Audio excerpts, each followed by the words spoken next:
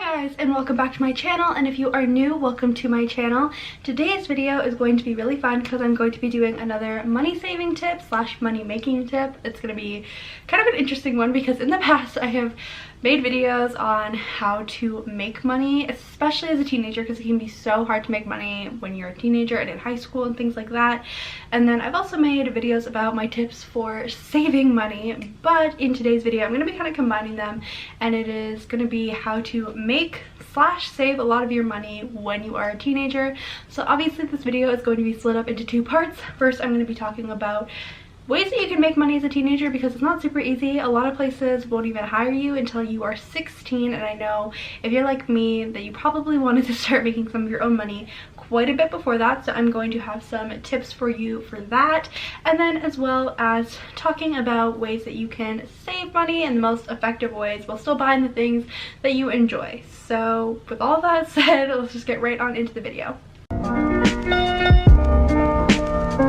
So first of all, talking about making money as a teenager can be very hard because, like I said in the intro, a lot of places aren't necessarily going to hire a very young teenager. So to just be very realistic, if you're under the age of 16, you're probably going to have to get a job that you don't really like that much. So for example, when I was 16, or not when I was 16, when I was 14, I got a job working as a dishwasher in a restaurant, and it was such a bad job. It was like my worst job that I've ever had, and I kind of knew that going in that it was going to be. I know something that my dad always told me was that when you're kind of that age and you're working in a job like that, it's going to be the hardest that you ever have to work with the least amount of money. So that was 100% true, and that's going to kind of be the case, and it's going to be a little bit crappy. So it is definitely possible to get jobs.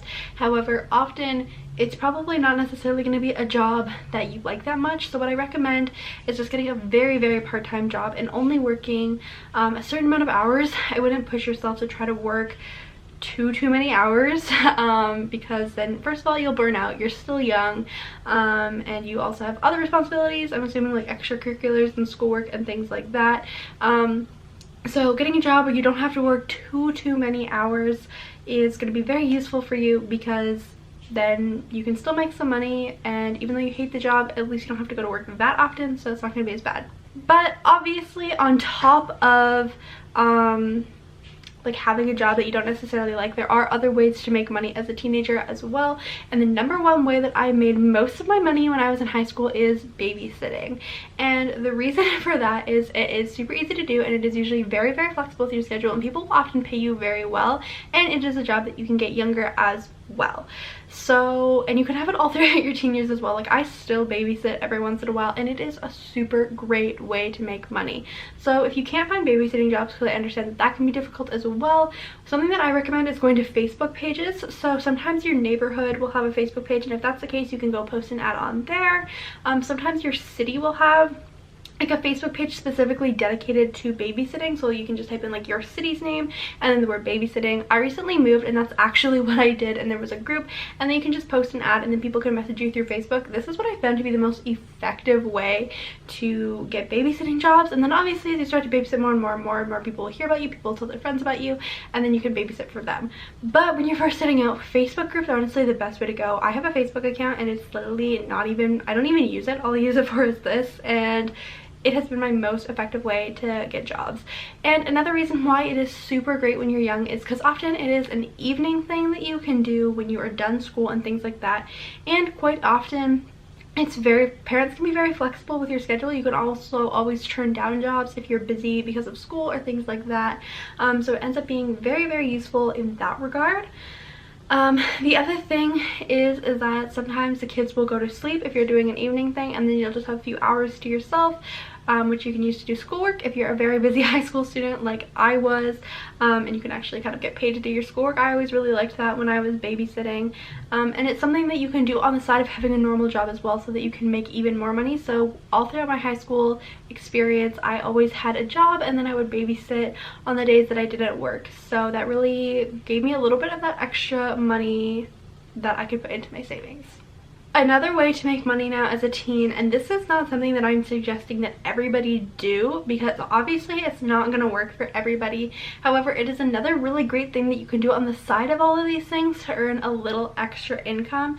So I'm going to kind of list some of them off, and obviously not anyone can do all of these things, and some of these things might not apply to you. Maybe only one of these things will apply to you, and I'm going to kind of explain that. So for example, you can do tutoring. So if you are like an older high school student and you want to do some tutoring for younger high school students, you can generally post ads around your school if your school is okay with that and tutor younger students, and that works really well because tutors actually get paid pretty good money. And if you are really good at a subject, it's not really that hard of work to help somebody else with their work and explain concepts to them that you already know really well. And again, it's very flexible with your schedule. You generally talk to the person you're tutoring and you guys make a time that works for both of you, so you don't have to really worry about conflicting schedules. The other thing is social media, and this is why I kind of say that it's not really going to work for everyone, because making money on social media is not easy, and very rarely are you going to start a social media with the idea of making money in mind and then actually get to the point where you can make money, because especially on YouTube, making money is very difficult. But on other platforms it can be a little bit easier, such as TikTok, for example. I know the requirements are quite a bit lower to join the Creator Fund if you live in a country where you are eligible to do so. But again, those things take a really long time, and I don't really recommend making that your main goal unless you are either passionate about it for another reason, or you already have a social media account and you just kind of want to work on branding it more and more towards actually being able to make money.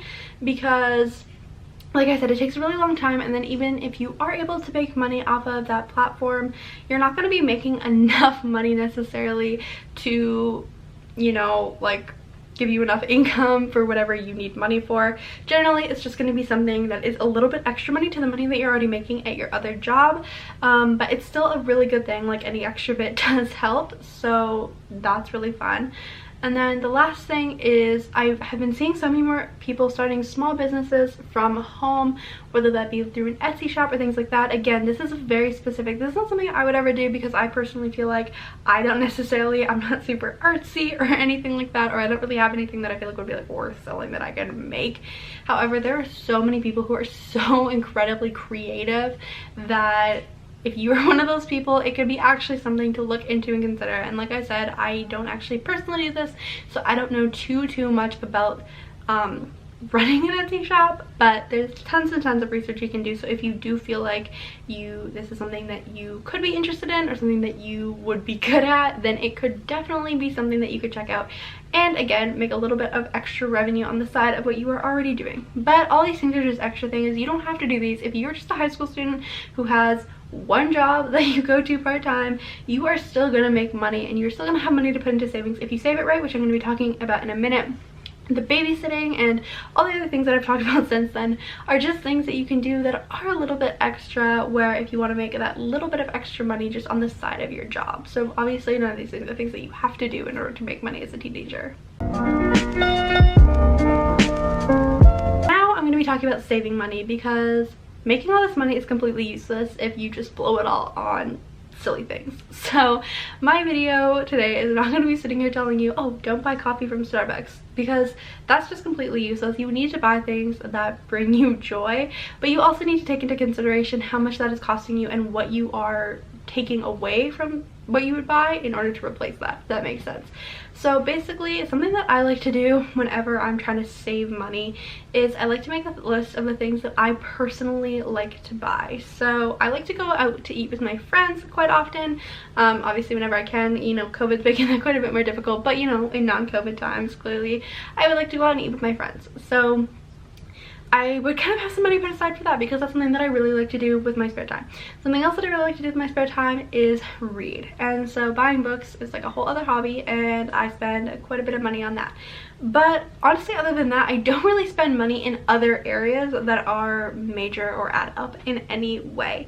So I would recommend having between 2 to 3 things that you kind of like to spend money on a regular basis, and kind of have like a reasonable cap on all 3 of those things, or 2 or 3 of those things. So for example, I might have a cap on going out to eat of however many dollars that I have in my budget. And then same thing with books. I might have a cap and be like, okay, I can only buy, you know, $30 worth of books this month, which is like 2 books, so not that bad. And so that way you can still have the things that you enjoy on your list, and just make sure that you have a cap on how much you're spending. So for example, if going to Starbucks every morning is one of those things that you really enjoy, you can just add it to your list, and you can, you know, have it as something that you really enjoy doing. and then that'll be one of like your 3 things. So there's not really anything that you have to give up, just kind of things that you have to prioritize. And then obviously there's gonna be times where you spend more money. So for example, when I bought my camera for YouTube, that was an added expense that clearly was not in my normal budget. Or when I bought my laptop, again, that was totally something different. So if you kind of stick to your main priorities, if that makes sense, then you are much more able to kind of go on big splurges every once in a while. That is kind of what I do.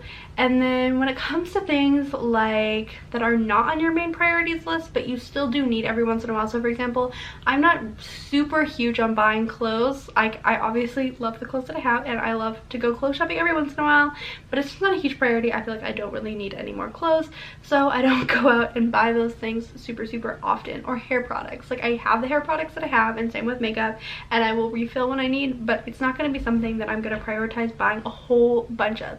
So for the items that you have that are like that, something that I recommend doing is, obviously there are going to be times where you have to buy those things, and that's like totally okay, and then you just buy them. It'll be kind of fall into that category of like I was just talking about with like my camera, my laptop, some things that you just had to buy every once in a while. But those are things that I really recommend asking for like your birthday or Christmas or things like that, or even gift cards to those places where you get those things if you want to buy your own clothes instead of having a family member pick them out for you. Getting gift cards to those places is really useful because then you are able to buy those things that you still need but don't necessarily enjoy spending money on. And you don't actually have to spend money on them, so that is really helpful. I've done this in the past where I've asked for gift cards for, you know, clothing stores and things like that, because I know that that is something that like I need to buy obviously every now and again, but then I don't have to feel guilty because I'm not spending money out of my own bank account in order to do so. So that is also a tip that you can do. And then obviously just making sure that you set up a budget. I'm not going to go into like how to set up a budget because everyone is different depending on what you're paying for. If you're a high school student, you probably likely don't have bills such as rent or food, depending on the circumstance. Obviously everybody's situation is different, but because you're a high school student, I really recommend taking this opportunity to put as much into savings as possible, because when you go off to college, things are very expensive. School's very expensive, dorm living is very expensive, food is very expensive. So I recommend building a really decent savings. Even if you think, oh, I have tons of money in the bank, I can buy this, just try to remember to still stick to a budget. Even if you are still in high school and don't have regular bills to pay, that is probably one of the biggest things that I can tell you, because I kind of went through high school as if I was broke despite having a job all throughout the entire high school, my entire high school experience. I kind of lived through it like I was broke, even though I wasn't. And then now as a college student, I actually have quite a bit of money in savings that I can now play around with a little bit and use to pay for all these new expenses that I'm gonna have when I obviously move out. So those are kind of just my main tips. Obviously I feel like the last one being the most important one. Don't get a job and then spend money on things that you don't need, because that just totally neglects the point of having a job if you're spending money on things that you absolutely don't need all the time. Obviously every once in a while it's totally okay, life is about balance, but honestly that is one of my biggest saving money tips, is pretend that you're broke even if you're not. And that's gonna be all for today's video. I really hope that you guys enjoyed. I really like making these videos with like tons of tips, because I feel like as a high school student I was always wondering the best ways to save money and the best ways to make money, because I feel like there's not a lot of information out there for high school students, whereas for maybe like college age students there is a lot more information. But I remember always never knowing where to look for this information, so now that I'm no longer a high school student, I like to share the tips that I use in order to save and make money and have kind of set myself up for the future. So I really hope that these tips helped you guys as well, and I hope you guys all have a great rest of your day, and I will see you guys in my next video. Bye.